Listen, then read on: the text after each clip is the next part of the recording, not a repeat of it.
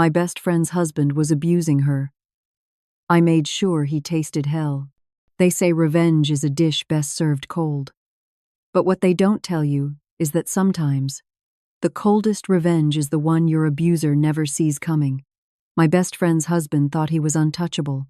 He thought his charm, his money, and his carefully constructed image would protect him forever. He was wrong, because while he was busy destroying the woman I loved like a sister, I was busy becoming his worst nightmare. And the beautiful part? He never knew it was me. Not until it was far too late. My name is Nicole, and this is the story of how I made a monster taste hell, one carefully calculated move at a time. I met Sarah in college, during a brutal graphic design theory class that was designed to weed out students who romanticized creativity without understanding the technical foundation. We bonded over shared suffering and late-night projects fueled by terrible coffee and even worse jokes. She was the kind of friend who felt like family, the sister I never had but always wanted. When she met Marcus during our senior year, I was genuinely happy for her. Marcus Hawthorne was everything that looked good on paper. Tall, handsome, with a smile that could charm anyone. He came from money, old money, the kind that whispered rather than shouted. He was getting his MBA at the business school across campus and seemed captivated by Sarah's artistic talent and gentle nature. He worked as a financial consultant for a prestigious firm after graduation, drove a Mercedes, and treated Sarah like a queen during their courtship. When he proposed 2 years later with a ring that probably cost more than my car, I was the maid of honor at their wedding. That was 5 years ago. And for 5 years, I watched my best friend slowly disappear. It started subtly. Sarah began canceling our weekly brunches. When we did meet, she'd wear long sleeves even in summer, oversized sunglasses even indoors. She'd flinch at unexpected sounds, check her phone obsessively, and always had an excuse for the bruises I pretended not to notice at first. "I'm so clumsy," she'd laugh, pulling her sleeve down. Walked right into the kitchen cabinet, tripped going up the stairs in heels. She'd explain, adjusting her scarf to hide the marks on her neck. I wanted to believe her. God, how I wanted to believe her. But I'd seen enough crime documentaries, heard enough stories. I knew the signs. I just didn't want to accept that Marcus Charming, successful Marcus, was capable of such evil. The truth crashed into me like a freight train 6 months ago. I'd stopped by their house unannounced. Something I rarely did anymore because Marcus had made it clear he didn't appreciate surprise visits. But Sarah hadn't answered my texts for 3 days, and my anxiety had reached a breaking point. I used the spare key she'd given me years ago, the one hidden under the decorative rock by their front door. The house was eerily quiet. Too quiet. "Sarah?" I called out, my voice echoing through their pristine, magazine-worthy living room. That's when I heard it. A soft whimpering coming from upstairs, my heart hammering. I climbed the stairs and found her in their master bathroom, curled on the marble floor like a broken doll. Her left eye was swollen shut, her lips split, and there were angry red marks around her throat shaped exactly like fingers. "Nicole!" she sobbed when she saw me, her good eye widening in panic. "You can't be here. He'll be back soon. He just went to get ice." Ice. For the injuries he'd just inflicted. Something inside me shattered and reformed in that moment, harder and sharper than before. I helped her up, cleaned her wounds as gently as I could, and listened as she finally told me the truth. It had started 6 months after their wedding. A shove during an argument, then a slap, then worse. Marcus was a master manipulator. He'd apologize profusely, buy expensive gifts, cry real tears, and promise it would never happen again. And Sarah, sweet Sarah, who'd grown up in a broken home and always saw the best in people, believed him every single time, but it always happened again. And each time, it got worse. "Why didn't you tell me?" I whispered, holding her trembling hand.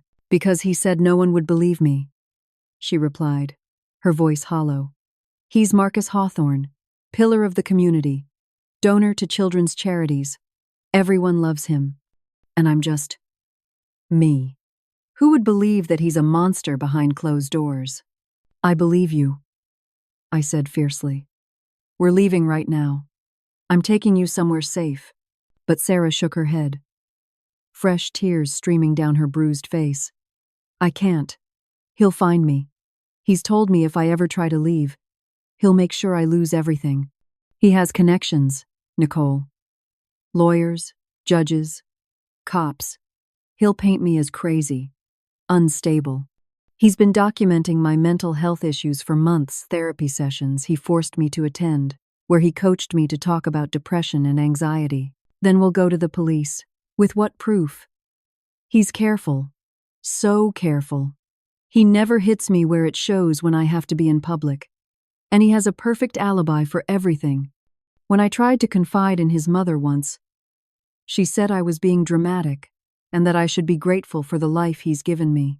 I looked at my best friend, the vibrant, brilliant woman I'd known for over a decade, and saw nothing but despair in her remaining good eye. Marcus had trapped her in a cage made of fear, isolation, and gaslighting.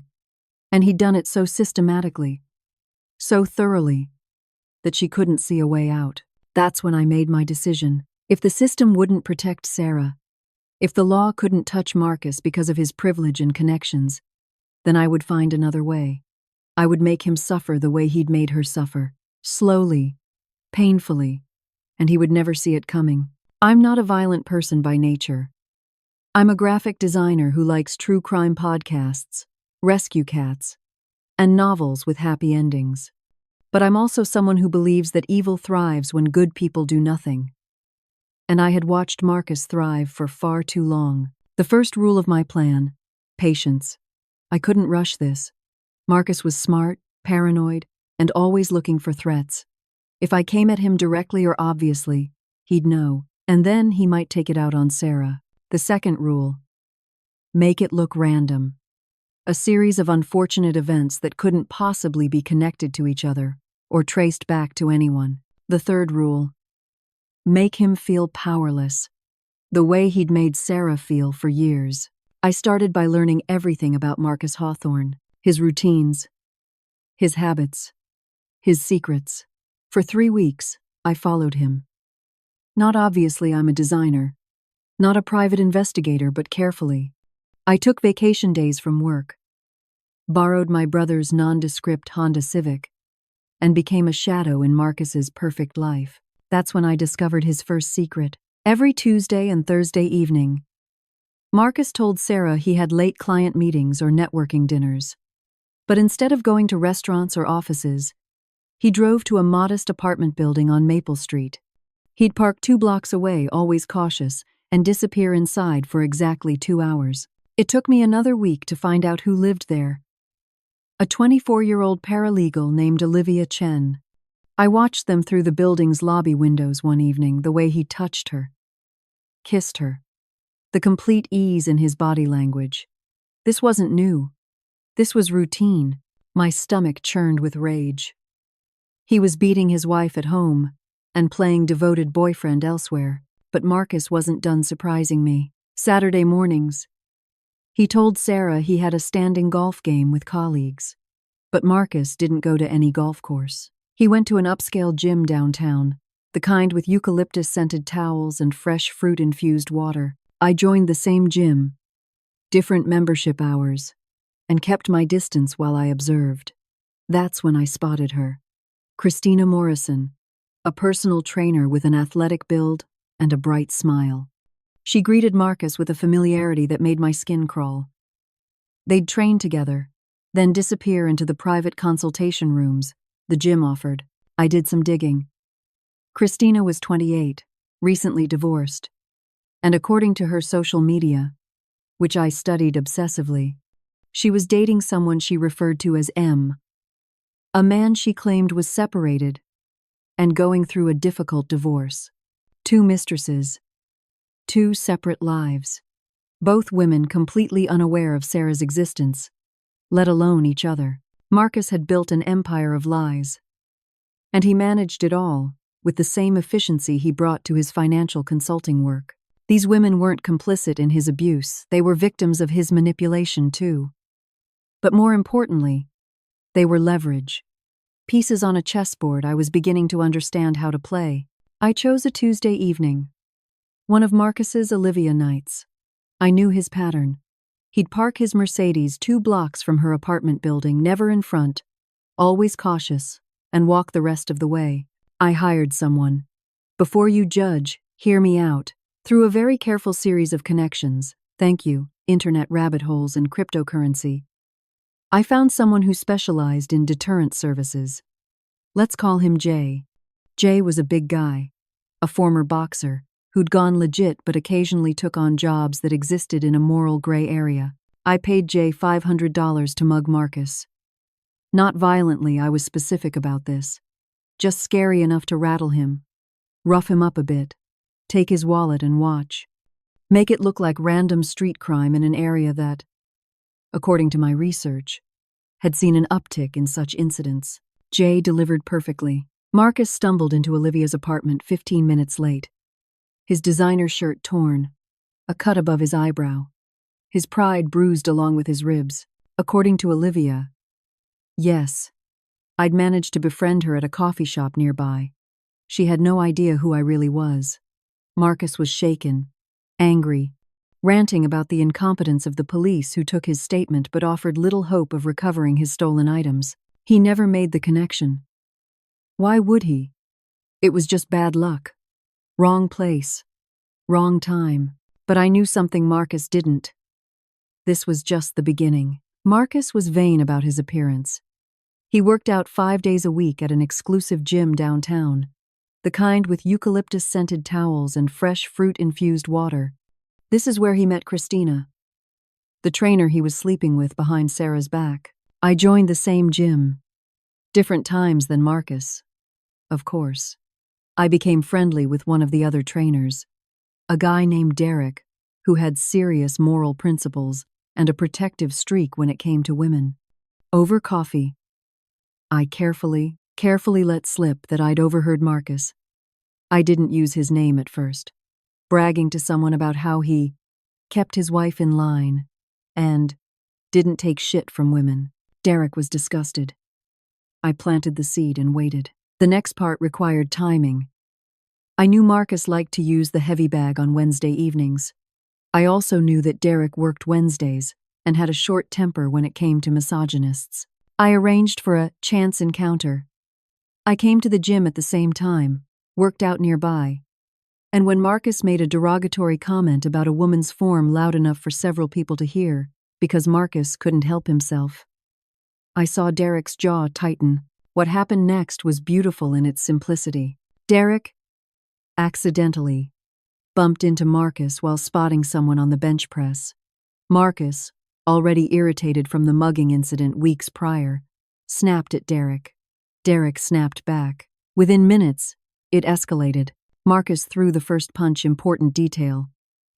Derek, trained fighter that he was, defended himself. By the time gym staff separated them, Marcus had a black eye, bruised ribs, again, and a split lip. The gym reviewed the security footage. Marcus had initiated. He was suspended for a week. Christina, his mistress trainer, was so disappointed in his behavior. According to my sources, Olivia, whom I'd continued to befriend, Marcus's pride was devastated. 2 random incidents in 6 weeks. Marcus was getting paranoid, but there was nothing to connect them except his own bad luck. Marcus had a favorite coffee shop near his office where he held informal client meetings. It made him feel important, powerful, closing deals over artisanal lattes while people watched and admired. I picked a particularly busy morning when Marcus had scheduled a meeting with a high-profile client he'd been courting for months. I knew this because Sarah had mentioned it. Marcus had been especially tense about landing this account. I befriended a barista named Emma. Sweet girl, college student, working her way through school. I came in regularly, tipped well, and learned that Emma was struggling with tuition. One day, I accidentally left an envelope with $300 and a note thanking her for her kindness to a regular customer going through a hard time. Emma was moved to tears. She asked around to find out who I was. When we finally officially met, we bonded. I became her mentor of sorts, giving her advice about design school since she was interested in that field. Weeks later, I mentioned, so casually, that I'd witnessed a man at the coffee shop treating service workers terribly, condescending, rude, the kind of customer who made you feel small. I described Marcus without naming him. Emma knew exactly who I meant. She'd served him. He'd been awful to her too. I wish people like that could see how it feels, she said. Sometimes karma needs a little help, I replied, mysteriously. The morning of Marcus's big meeting, I came in early. I ordered a large coffee to go, waited until Marcus arrived and was seated with his client, and then I did something incredibly simple. I walked past their table, phone in hand, pretending to be distracted by an urgent text message. And I tripped. Or rather, I made it look like I tripped. My large coffee went flying, landing directly in Marcus's lap. Hot coffee. Designer suit. Important client watching. Marcus exploded. He jumped up, screaming obscenities at me while his client looked on in shock and disgust. The entire coffee shop went silent. I was perfect in my response. Apologetic, mortified, offering to pay for dry cleaning, tears in my eyes. Emma and other staff rushed over. They saw Marcus's disproportionate rage versus my genuine distress. Sir, accidents happen, Emma said firmly. Please lower your voice. But Marcus couldn't control himself. He called me names that made everyone in the shop uncomfortable. His client stood up, made an excuse, and left. Marcus lost the account. Word spread through his professional circle about his volatile temper and inability to handle stress professionally. He had no idea it was me. I wore large sunglasses, a hat, clothes completely different from my usual style, and even if he'd gotten a good look at me, we'd only met a handful of times years ago at Sarah's wedding and a few gatherings. I was forgettable to him, just another woman who existed in the background of his life. But the damage was done. Marcus was unraveling. Over the next 3 months, I continued my campaign. Small things, consistent things, things that individually meant nothing but collectively created a pattern of chaos in Marcus's life. His car got keyed in the parking garage at work. The security footage mysteriously malfunctioned that night. Someone left a bad review on his company's website detailing a financial consultant who seemed more interested in his phone than his client's portfolio.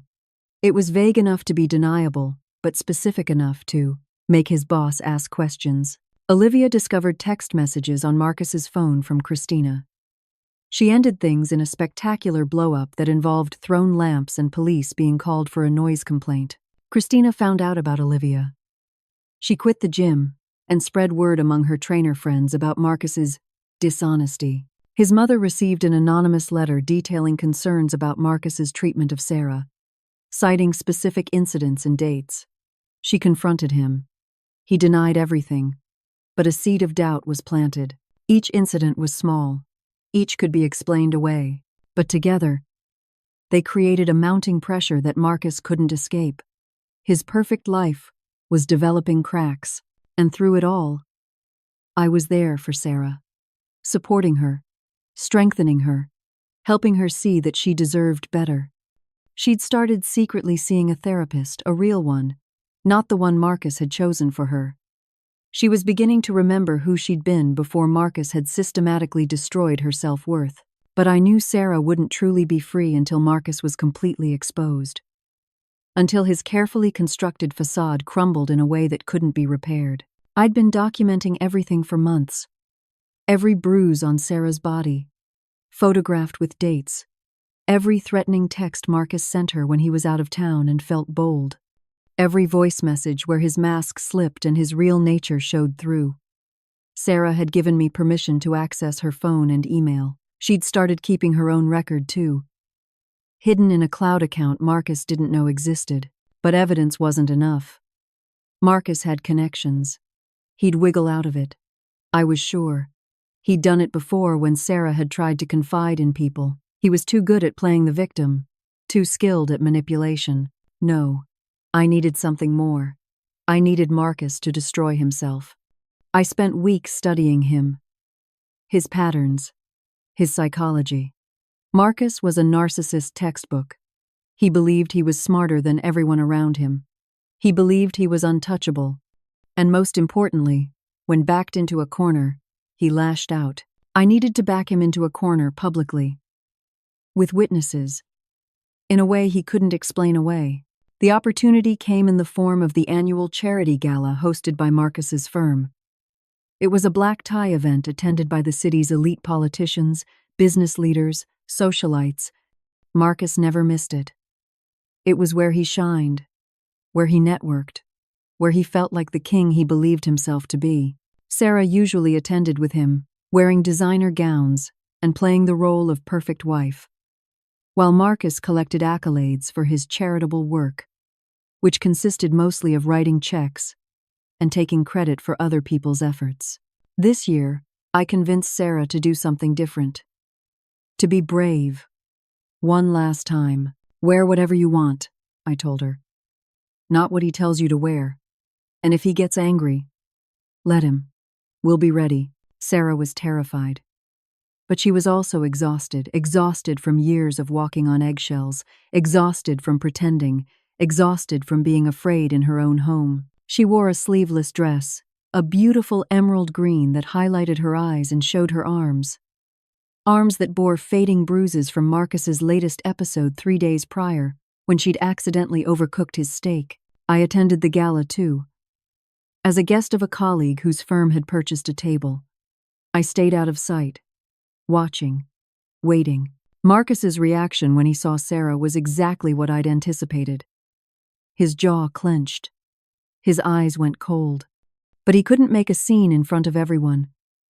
So he plastered on his fake smile and kept a vice grip on Sarah's arm all night, fingers digging in hard enough to leave new bruises. I'd arranged for several things to happen that night. First, Olivia and Christina, who'd both been hurt by Marcus and were eager for payback once I'd carefully revealed the full extent of his lies, were both in attendance. Different tables, different sides of the room, but both present. Second, I'd anonymously tipped off a journalist friend about a potential story concerning domestic violence in affluent communities and how charitable donors sometimes hide abuse behind philanthropy. She was intrigued enough to attend. Notebook ready. Third, I'd arranged for a video to be displayed during the silent auction portion of the evening. The organizing committee thought it was a montage of the charity's work. What actually played was a carefully edited compilation, nothing graphic, nothing illegal, but impactful nonetheless. Images of domestic violence statistics, famous cases where wealthy, respected men had hidden abuse for years. Quotes from survivors. The room fell silent as people watched. It was powerful, uncomfortable, necessary. And then came my coup de grace. I'd spent $5,000 to bid on a special auction item, a dedicated recognition, where a donor could make remarks about the charity's work. I won it, using a shell company name. When my turn came, I walked to the microphone. I'd transformed my appearance, different hair, professional makeup, designer dress borrowed from a friend. I looked like I belonged there, and I told a story. Not Sarah's story, not specifically, but a story about a friend whose husband was a pillar of the community, who donated to charity while abusing his wife at home, who was charming in public but a monster in private, who used his wealth and connections to trap a woman in a cycle of violence. I spoke calmly, eloquently. I didn't name names. I didn't have to. We celebrate philanthropy, I said. But charity begins with how we treat those closest to us. A man who harms his wife in private is not charitable, no matter how many checks he writes in public. The room was dead silent. I saw Marcus's face go from red to white. He started to stand, but Sarah, brave, beautiful Sarah, put a hand on his arm and said something to him. He sat back down, but he was shaking with rage. I finished my remarks and returned to my table. The energy in the room had shifted. People were whispering, looking around, wondering. Marcus made it through another 20 minutes before he snapped. He dragged Sarah outside onto the balcony, not realizing that several people, including my journalist friend, had followed at a discreet distance. "What did you tell her?" he hissed at Sarah, his mask completely off now. "I didn't tell her anything," Sarah said, and her voice was stronger than I'd heard it in years. "I didn't have to. People like you always expose yourselves eventually." Marcus grabbed her by the throat, and that's when everything happened at once. My journalist friend started filming. Other guests gasped and shouted. Security rushed over, and I stepped out from where I'd been watching, no longer hiding. "Get your hands off her," I said, my voice cutting through the chaos. Marcus turned, and for the first time, he really looked at me. Recognition flickered in his eyes.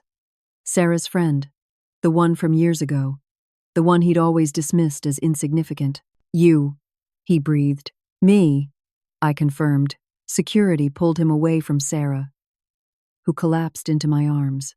The journalist had everything on video. Witnesses surrounded us, dozens of them, including several prominent community members. Marcus tried to spin it, tried to claim Sarah had attacked him first, tried to play the victim. But there were too many witnesses, too much evidence. The video was damning. And then, because Marcus couldn't help himself, because narcissists always overplay their hand, he started screaming about how it was a setup, how I had orchestrated everything, how there had been incidents for months designed to destroy him. He sounded paranoid, unhinged. Even if some of what he said was true, no one believed him. The police were called. The video went viral within hours. Financial consultant attacks. Wife at charity gala. Marcus's firm put him on immediate leave. His professional reputation was destroyed overnight. But more importantly, Sarah was finally free. Marcus was arrested that night. The charges initially were assault, but as Sarah found her courage and came forward with years of documented abuse, they expanded. His lawyers worked overtime, but the evidence was overwhelming. The video alone was damning, but combined with medical records, photographs, text messages, and testimony from Sarah's therapist, there was no way out. His trial became local news. Olivia and Christina both came forward with their own stories of manipulation and emotional abuse. Marcus's carefully constructed image crumbled completely. He was convicted and sentenced to 3 years in prison, with a restraining order that would extend far beyond his release. His career was over, his reputation destroyed. His power, the thing he'd wielded like a weapon for so long, was gone. Sarah filed for divorce immediately. Marcus tried to fight it, to use his connections and money to drag it out.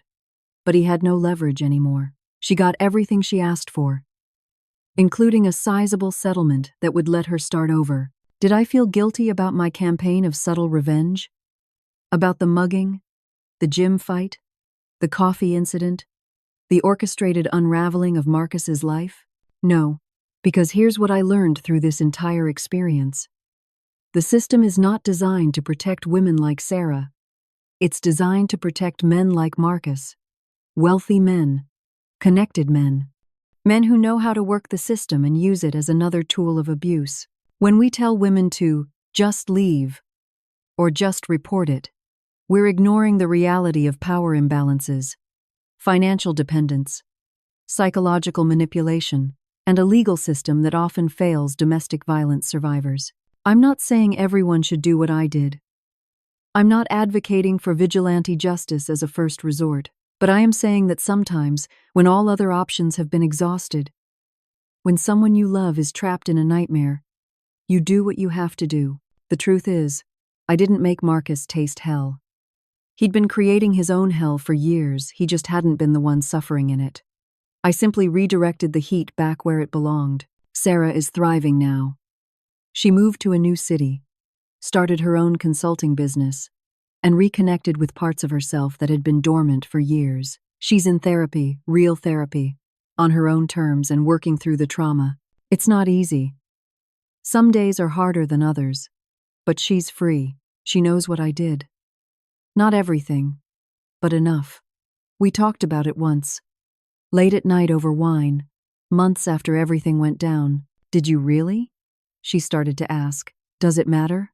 I replied. She thought about it for a long moment. No, she finally said. What matters is that I'm here, alive, free, and he can't hurt me anymore. We never discussed it again, but I think about it often. About the moral complexities of what I did. About whether the ends justified the means. About the fine line between justice and revenge. Here's what I've come to understand. Lesson 1. Trust your instincts. If someone you love is in an abusive relationship, trust your gut. Don't let charm, money, or social status blind you to warning signs. Abusers are often pillars of their community. That's how they get away with it for so long. Lesson 2.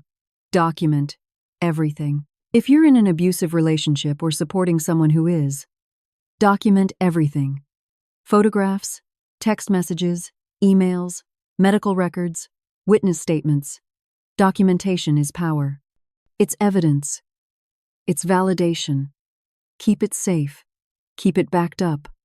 And when you're ready, use it. Lesson 3. The system is imperfect. The legal system can help survivors, but it's not always enough. It's designed by humans, and it has flaws. Sometimes you need to think creatively. Work outside the system. Find other ways to protect yourself or someone you love. Lesson 4. Abusers need to feel powerless. Marcus thrived on power and control. What broke him wasn't physical pain, it was the loss of control, the randomness of the incidents, the unpredictability, the public humiliation. Abusers are often cowards at their core. They target people they perceive as weaker. When the tables turn, they crumble. Lesson 5. Freedom is worth fighting for. Sarah's freedom was worth every risk I took, every moral gray area I navigated, every sleepless night I spent planning. Because she deserved to live without fear. She deserved to be safe. And if I had to become someone I didn't recognize for a while to make that happen, it was worth it. I want to be clear about something. I'm not a hero. I'm not advocating that everyone should handle situations the way I did. What I did was risky, potentially illegal in some aspects, and could have backfired catastrophically. But I'm also not sorry, because the alternative was watching my best friend die, whether literally at Marcus's hands, or slowly, emotionally, spiritually. I'd already watched her disappear over 5 years.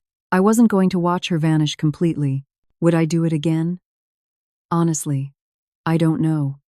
I hope I never have to make that choice again. But I do know this. If you're in an abusive relationship, please know that it's not your fault. You're not crazy. You're not weak. You're not overreacting. Abuse is real. And it's never okay, regardless of what form it takes. And if someone you love is in an abusive relationship, don't look away. Don't make excuses for the abuser. Don't let social niceties or fear of confrontation keep you silent. Be the friend I was for Sarah. Be the person who refuses to let evil thrive in silence. Marcus thought he was untouchable. He thought his power, his money, his connections made him invincible. He learned the hard way that even the most carefully constructed facade can crumble when someone refuses to let injustice stand. Did he taste hell? I think so. But more importantly, Sarah found her way back to heaven. And that's what matters most. Thank you for listening to my story. I know it's complicated. I know some of you might judge the choices I made, and that's okay. We all have our own moral compass, our own lines we will or won't cross. But I'd love to hear from you in the comments. What would you have done in my situation? How far would you go to protect someone you love? Do you think the system does enough to protect domestic violence survivors? And have you ever had to make a choice between what's legal and what's right? Share your thoughts, your stories, your perspectives. This is a conversation we need to keep having because somewhere right now, there's another Sarah trapped in a nightmare, and another Marcus getting away with evil because he knows how to smile and write checks. Don't let silence be complicity. If you or someone you know is experiencing domestic violence, please reach out to a domestic violence hotline. You deserve safety. You deserve freedom. You deserve peace. And remember, karma might take her time, but she always collects what's owed. Stay strong. Stay safe. And never underestimate the power of a woman who decides enough is enough. See you in the next one.